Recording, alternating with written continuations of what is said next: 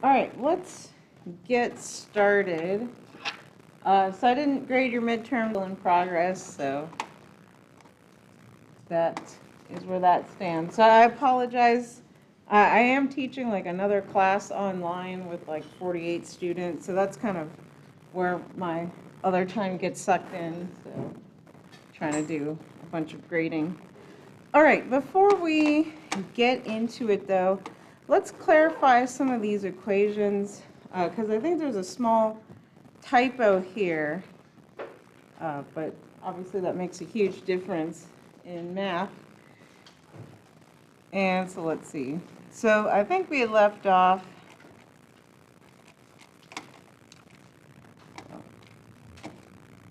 let's just start with this concentration.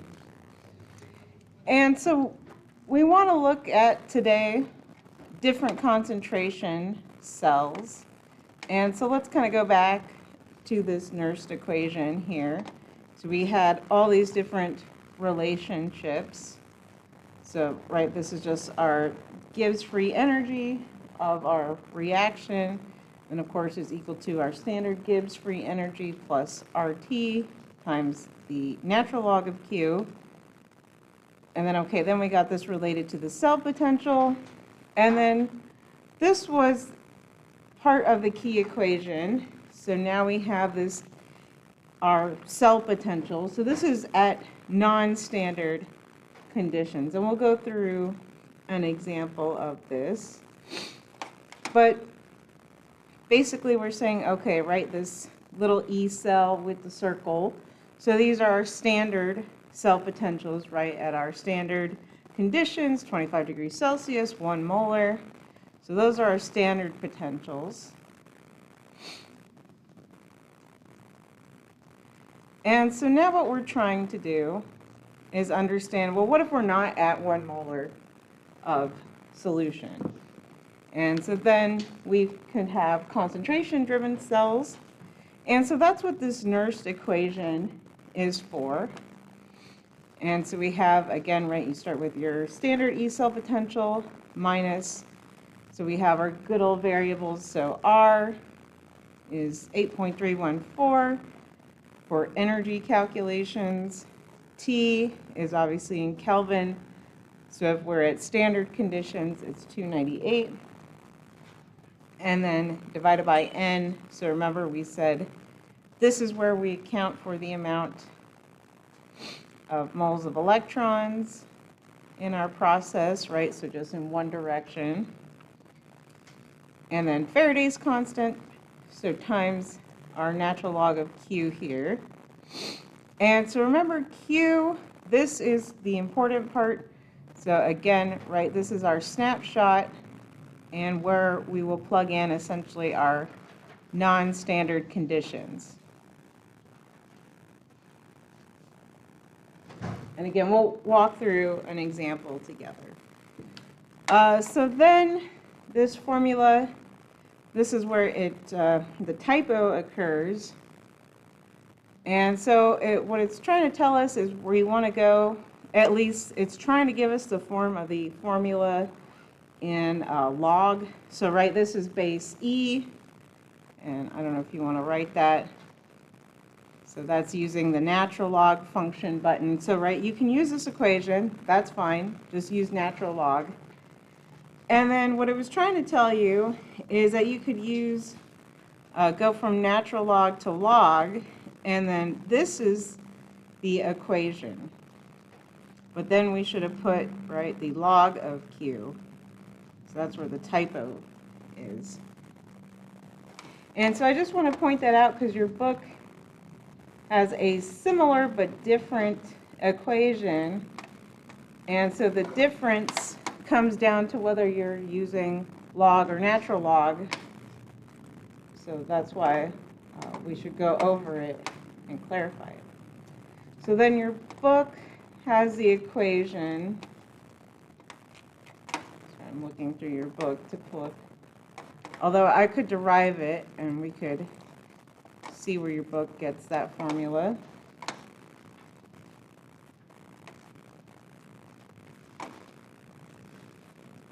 once I pull it up, we'll actually derive it. And so your book has this formula. So now I'll say from the book, our Nernst equation. So they give it to you in this form of E cell equals our standard E cell potential minus 0.02570 volts over, they use VE, but I'm going to put N, right? So either way, just the number of electrons times Ln of Q there. And so if we double check where your book got this number from, so now let's pull up the calculator. And so we can see, right, so let's just plug in the Nernst equation at standard temperatures. So, right, maybe not standard concentration, but this would be, and let's clarify that, so this is at 25 degrees Celsius. So basically we're at STP except for our concentration is what this formula is for, this kind of abbreviated version. And so if we plug in these values, so 8.314 times 298, again, right, just assuming we're at our standard condition of at least 25 degrees Celsius, which usually we're at room temperature, and then we divide by our Faraday's constant. So that gives us roughly, right, what the book gives us. So obviously there's some slight discrepancy, but 0.02567, or rounding up to 70 like your book did. So that's where this comes from. And then, right, we can go back and forth. So if we multiply this by 2.303, that's where we get this number, right, the 0.0592 volts. So that's the difference, right? Again, just if you're in log or natural log. So just keep that straight. I'll probably pick this form of the formula just because I like plugging in the numbers and then I can follow along, and yes, we're still in natural log. If you choose to use this one, perfectly fine. Just remember, right, you need to be in log then base 10. So again, just keep that in mind and remember where all these different numbers come from, because like I said, I just didn't want people to be lost and have no idea why there's a slight difference here. So they're all the same formula, just slightly different variations for different reasons. All right. So now let's get into what this is trying to tell us. And so now it's saying that it is possible to get a spontaneous reaction when our oxidation and reduction reactions are the same, as long as the electrolyte concentrations are different. So that's kind of interesting. And again, we'll dive into that. And so we can explain it through entropic differences. So the more concentrated solution, I feel like that should be the other way around, has higher entropy, right, than the less concentrated solution. I feel like that's backwards.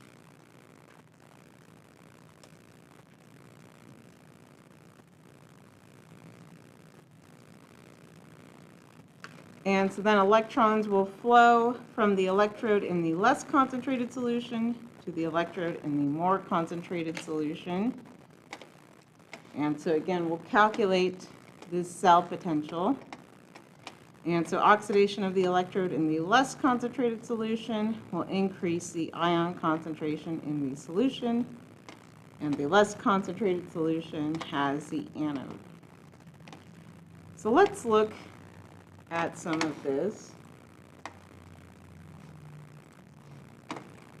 And so of course we can look at our standard cell conditions, and if you were to try to assemble this in lab, so right, just taking your copper metal, 1 molar copper solution, again, right, you could use copper chloride or copper nitrate, And so it would just kind of stare at you. And we could also, kind of write this out. So let's sketch this out. And so we could kind of sketch out, right, the reaction that's supposed to be occurring. So we're trying to go from copper to copper 2+ on one side,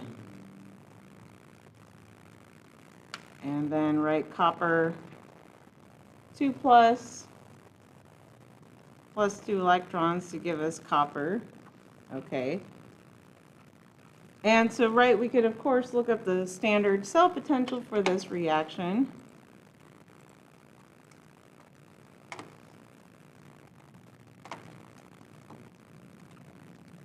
So trying to find my copper.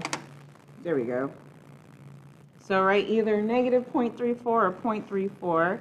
So depending what direction we're going in. So plus 0.34 volts.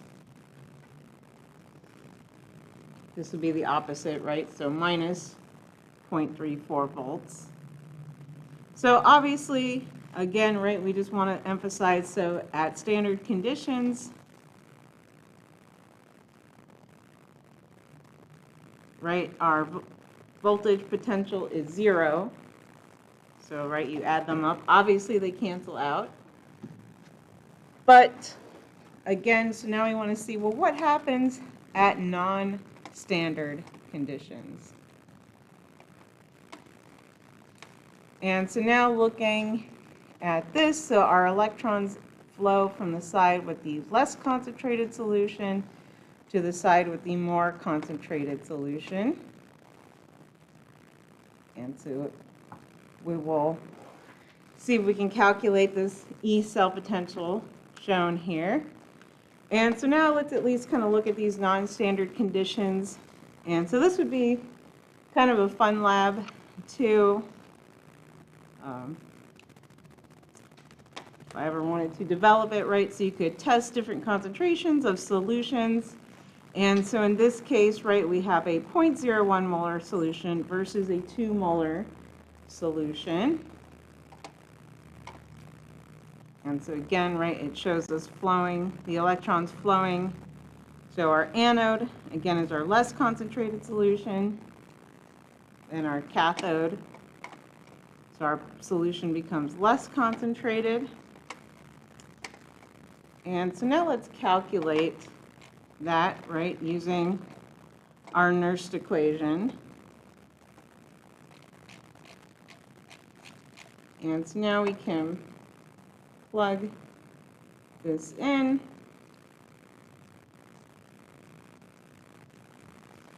And so right now, so our standard E cell that we want to calculate, so this is 0. So let's plug it into our equation. So again, we have our standard E cell, so this is, I'm just taking a step back so you can see why this is defined as 0. So remember, our standard E cell potential, like you already know how to calculate, so that's just our reduction, right, our standard reduction plus our standard oxidation potentials. So in this case, yes, right, we are at 0 because it's the same metal. So that's something else we could think about with these calculations, right, is that not only could we have different metals, but we could have different concentrations. So that's one way to kind of play with our batteries. But okay, in this case, we picked the same metal, so we have our standard E cell is 0, okay. And so let's just rewrite our equation. So then we're trying to calculate what is our current potential for this cell. And again, I'm just rewriting our formula. So minus 0.02570. And I just picked this number from the book. Again, right, you could pick, there's going to be slight discrepancies. Oh, I didn't write it down. what we calculated, but I think it was 2569 roughly. So right, again, could be slight discrepancies over our electrons. And again, I'm going to use natural log here because I'm using this number. So natural log of Q. And so then we can write it with our least concentrated over our most concentrated. So we can get a positive E cell potential, tell which direction it's going. So again, our E cell is 0. And then how many electrons are involved in this process?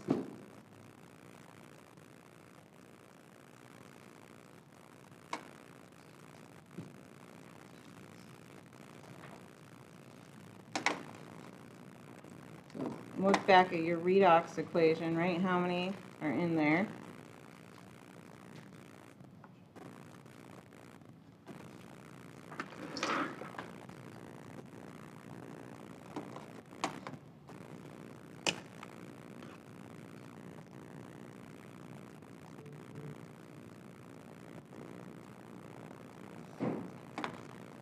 How many electrons? 2, right?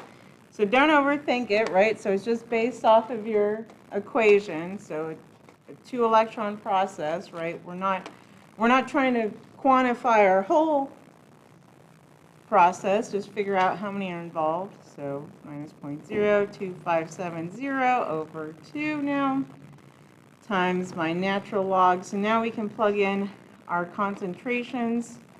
So I'll plug in our anode over our cathode here. Since that's the direction it's going to be flowing. Sorry, I was looking for concentration. So we said it was 0.01 molarity over 2 molarity. Let me just rewrite that N. So our copper 2 plus 0.01 molarity over 2 molarity. And so now we can just plug this into our calculator.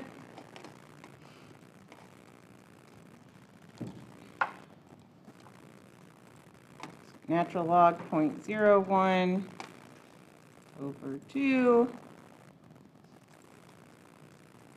times my negative 0.02570 over 2. And so then we get 0.0680 for our calculated cell potential. And let's see if that was what the textbook voltmeter said. So yes, right? So again, this would be a fun thing to do in lab to see how accurately these voltages measure up. So yes, right, 0.68 volts, just like the voltmeter read. And so matches there. So that looks good.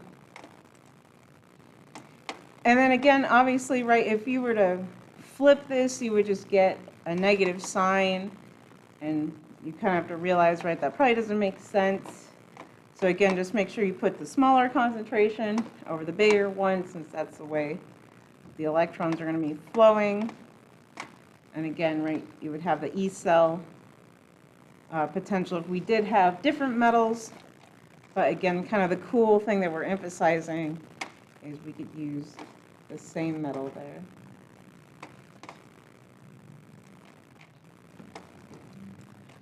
All right, let's look at what other practice problems do we have.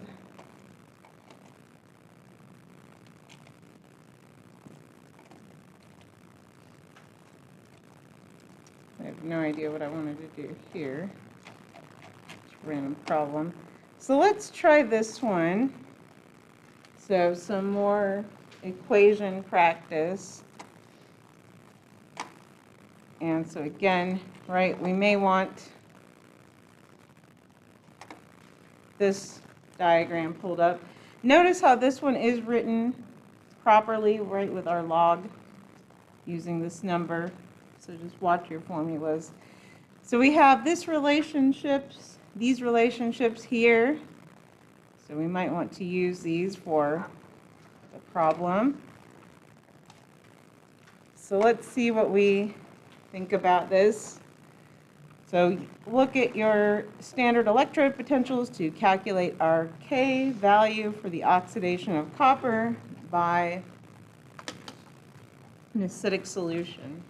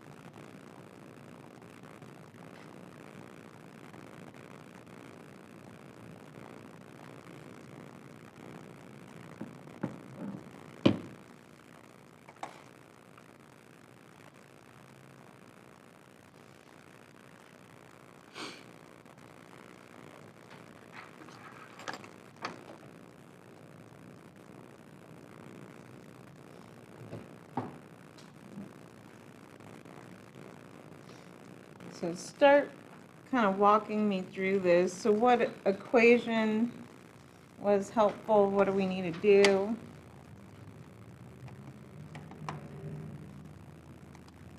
Go back up here. So probably which equation should we pick from these?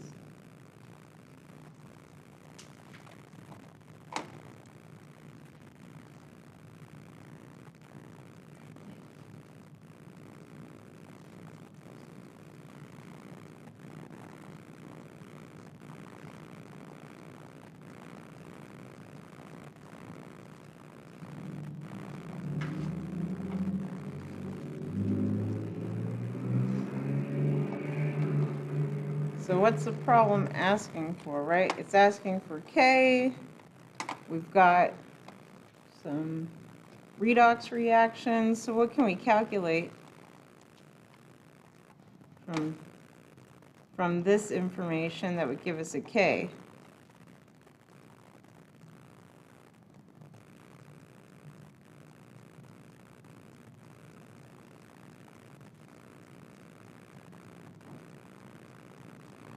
Did you get the E cell? Use the bottom equation to get the K? Yep. So let's do that, right? So pick this one.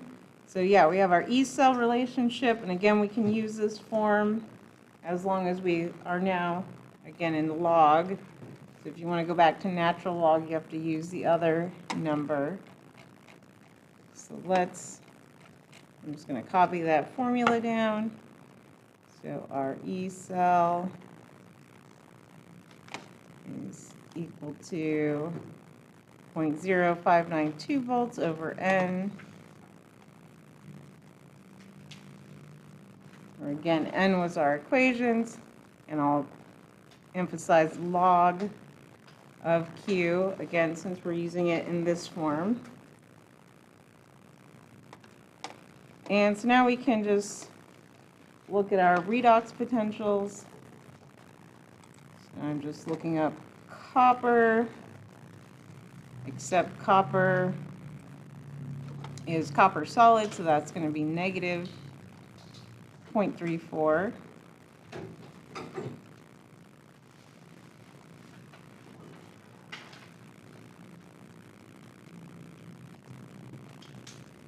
And then now let's look up our hydrogen standard.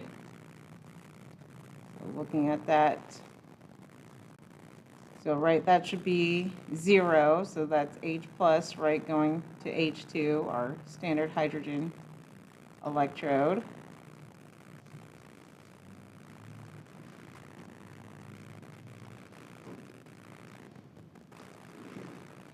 And so this is kind of interesting, right? We have a negative E cell, so we can already tell that this is not spontaneous as written, but let's calculate our K then.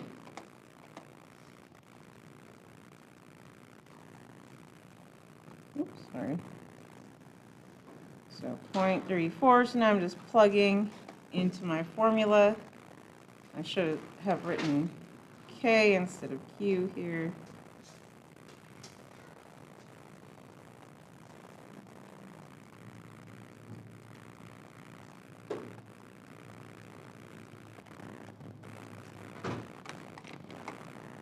And then, of course, what's N? Forgot to say that. Seriously. Number of electrons, which is how many? 2 in this case. Like how your field trip, I've been waiting all week for a call from your field trip people, and they're calling right now. It's okay. Everyone's trying to call me during class, prime time. So I'm still just doing algebra at this point. Plugging everything in my calculator.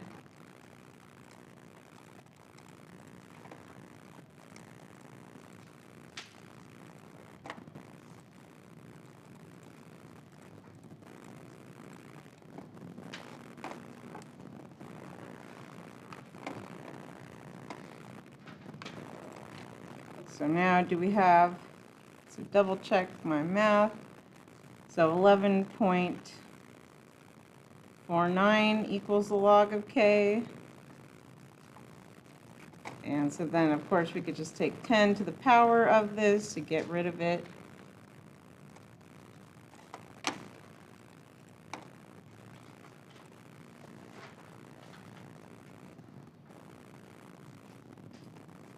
And so then I get a K value of 3.06 times 10 to the 11. I'm double checking that. Log 11 times 2 Oops, did I make an algebra error somewhere?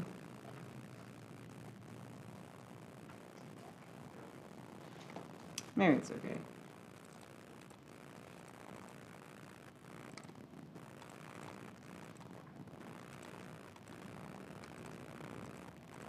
Yeah, I guess that checks out. So yeah, that looks good.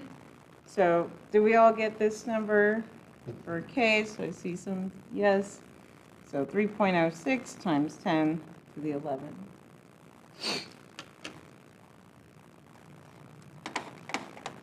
So let's try another problem. Let's look at your homework.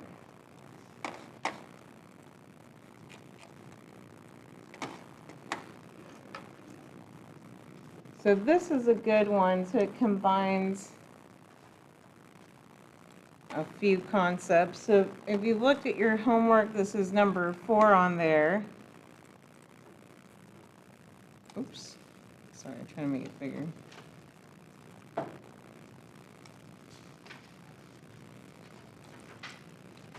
So it's asking us, how long will a 1.17 amp current need to pass through an electrolytic cell containing copper 2+ in order to plate out 5 grams of copper?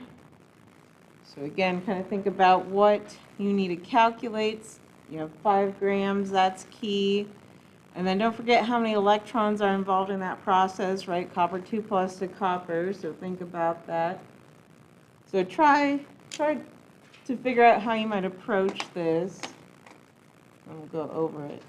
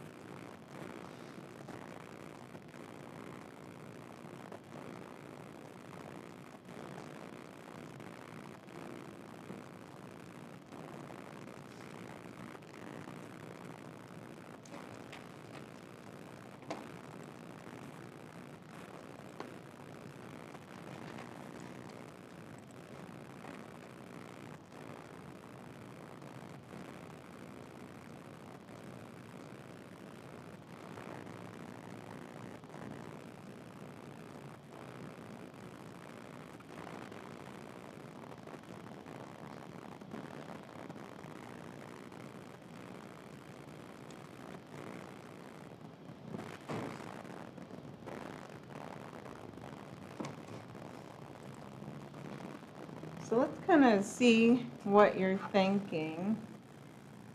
And so you can kind of figure out a couple of ways to puzzle this out. And so it might be useful to just remind yourself what is an amp. So what's an amp? Like the unit of that, what does that mean? So it's current, and then, so what's current? Do you know the units on current? Because, right, current is like a measure of the rate at which, yeah, so do you remember, it's something per second. Remember the other? Yeah, so coulomb per second.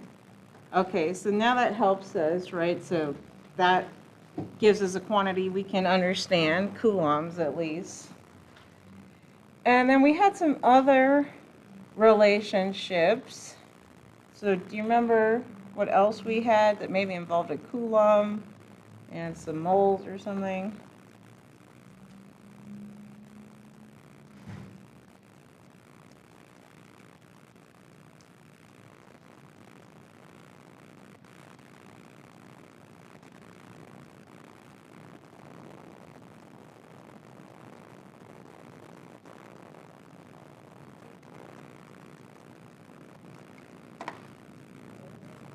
Yeah, Faraday's constant. So that would be most helpful, because otherwise, right, you have to take the elementary charge of an electron, multiply it by the molar amount.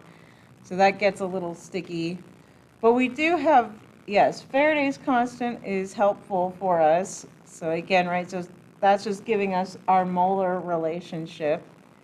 So 1 mole of electrons is 96,485 coulombs. Okay. So this is good, right? I think we have enough pieces now to put it together. And so now we can start kind of piecing this out. So let's figure out how many moles we have, right, of copper. So that's kind of our first step. And then 1 mole of copper. What's copper's molecular weight? Like 63.546. Thanks. All right, so this is moles of copper, but then we were saying, well, we got to be careful because this is a 2-electron process, right? So, okay, so we can say for every 1 mole of copper, then there's 2 equivalents of electrons. Okay, so that gets our times 2 factor in. And so now we can figure out, right, well, how many coulombs then are in this total amount of moles?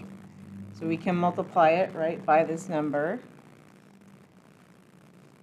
So multiplied by Faraday's constant. So moles of electrons, right, will cancel. So now we have total coulombs that are required for this process.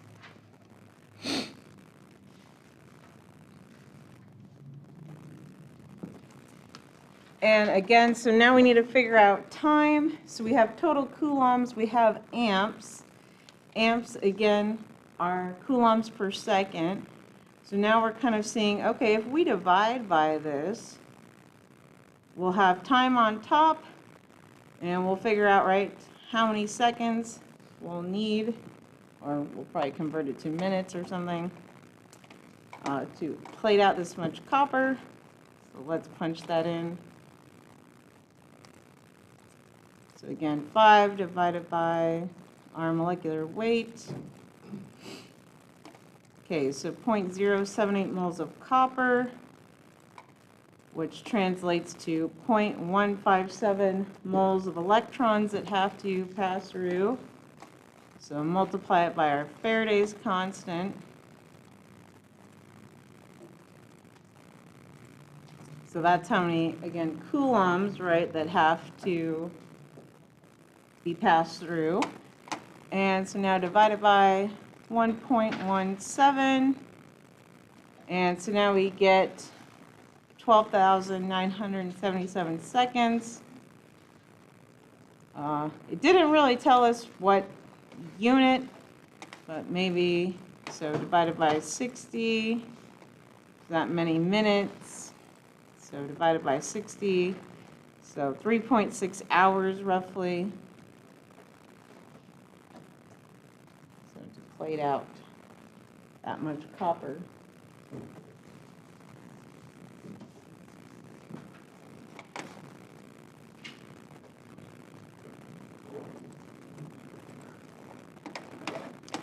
So we didn't really go over this too much, but the last part of your chapter 2 is kind of devoted to kind of electroplating. And of course, you can at least appreciate, again, the energy intensiveness of this process, or otherwise, right? It's very chemical intensive and lots of chemical baths for chemical plating. So that's always, right, the question in industry is whether you can use chemical plating or electroplating.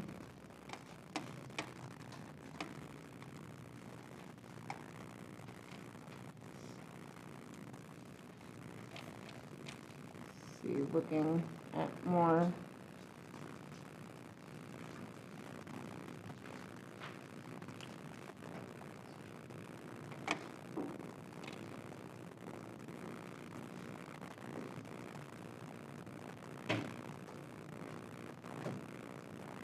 Let's see. So you have some weird half cell potentials we could look at in your homework as well. So let's look at one of those.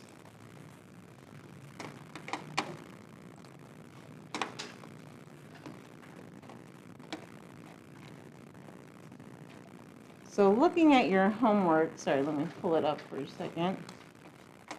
So right, you notice you start off with a lot of standard conditions, right? 1 molar, 1 ATM, 1 molar, 1 molar. So the first page, that's all pretty standard conditions. And so now if we look at the second page, this gets a little more complicated, just because we're in some non-standard conditions. So I'll skip this zinc one, since we did one of those. But let's try this B one together real quick, at least part of it. So there's lots of parts to this question, but let's calculate our cell potential for B here. So that's kind of most interesting to me, is what is our E cell, right, for this one. And so of course I picked this one since not only do we have non-standard concentrations, but we have a difference in metals, so it's not just going to be 0. So take a look at that one for a little bit, and then we'll go over it.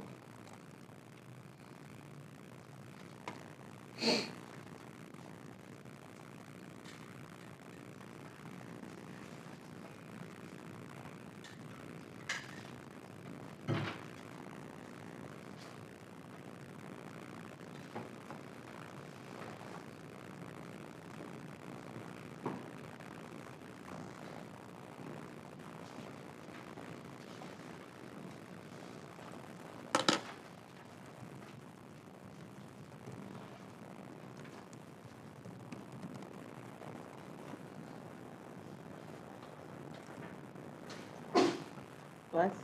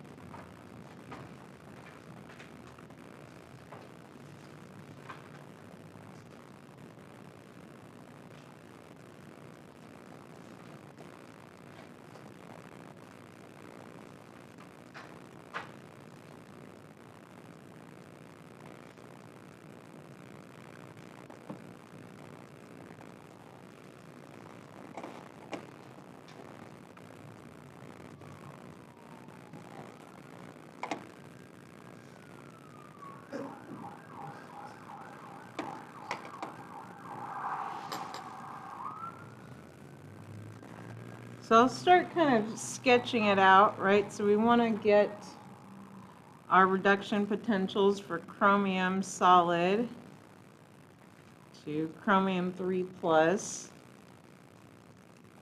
And so looking at that, so chromium,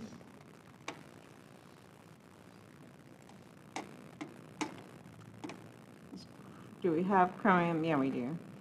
So then we have to flip this, so 0.73, so positive 0.73 volts, oops. And then look up zinc, so zinc, and so that would be negative, right? So negative 0.76 volts. So zinc 2 plus 2 electrons, zinc solid, negative 0.76 volts. All right. And then so we add this to get our cell potential. Oops, sorry, I'm screwing up my slides.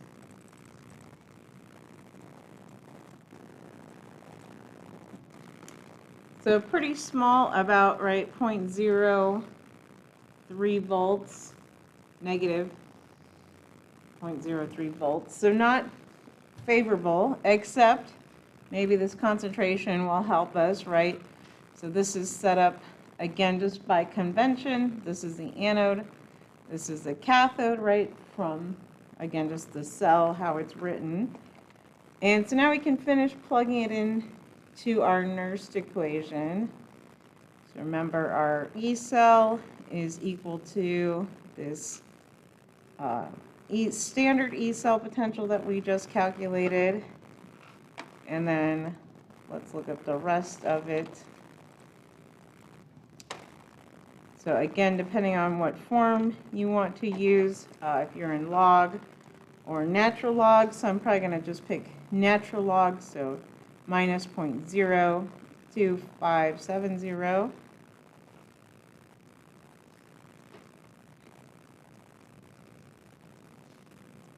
And then over our n times our natural log of q. Now what's n though? So going back to these equations, right? So we have 3 and 2. So what's going to be the overall process to balance this out? Least common multiple, basically.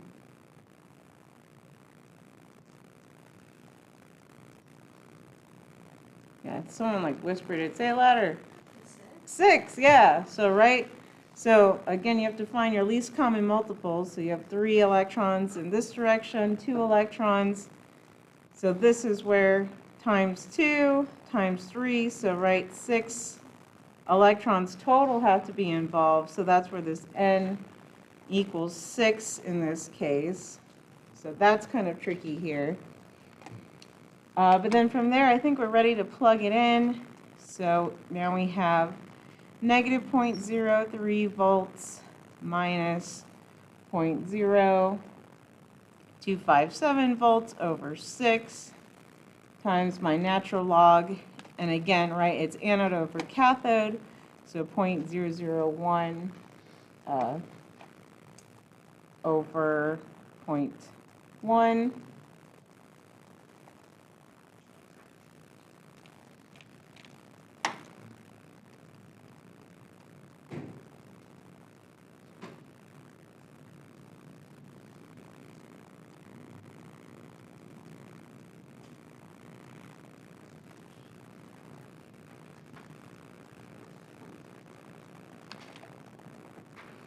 And then what's kind of confusing is that we need to also account, so this is a weird one, because we have to account for the equivalence. So this one should be squared, right, because we need 2 times the amount. And then this bottom number will be cubed. So this is kind of a tricky one. So squared cubed to give us the corrected amounts. So it's a good thing we did this one together. So I'll just say, right, correct for equivalence here. So usually, right, previously we saw they were just kind of 1-to-1, so we didn't have to do this. But now we have to factor for that. But now we can plug it in. So now I'm just plugging in our numbers. Again, just double check algebra for me.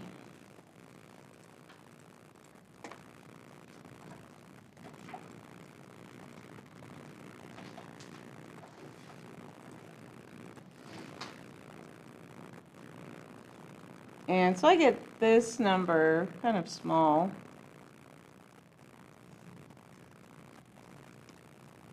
So 4.1 times 10 to the negative 4 volts. And I think your answer could kind of vary depending on this voltage a little. You added those equivalents because of the balance equation? Yeah, because of the equivalence here. So yeah, first we started off, because if we go back, where's our other non-standard? So we had started with this example with our concentration, except in this one, right, we didn't need to do any correction because there are both 2 electrons in each direction. So yeah, we could just take the concentrations, technically to the 1 power. But then, yeah, this one was tricky, so we had to account for that we needed a 6 electron process. Therefore, we needed 2 times the first one and 3 times the second equation, which is where those exponents came into play.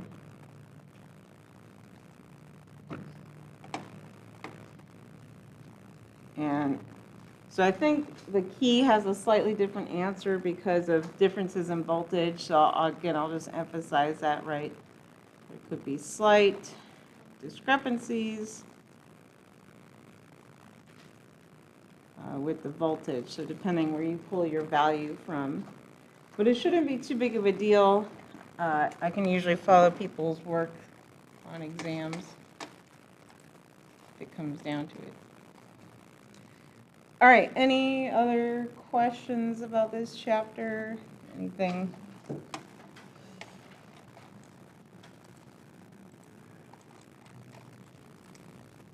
I'll just kind of go back. So page 7 of the notes, right, is pretty useful.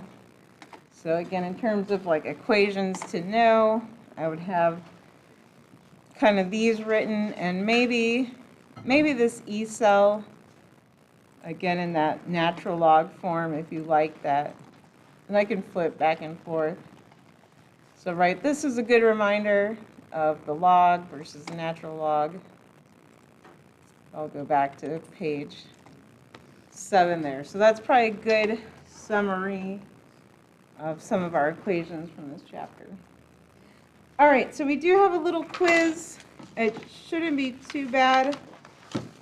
It's just over chapter 24, so some oxidation states. Just read everything nice and slowly, don't rush it.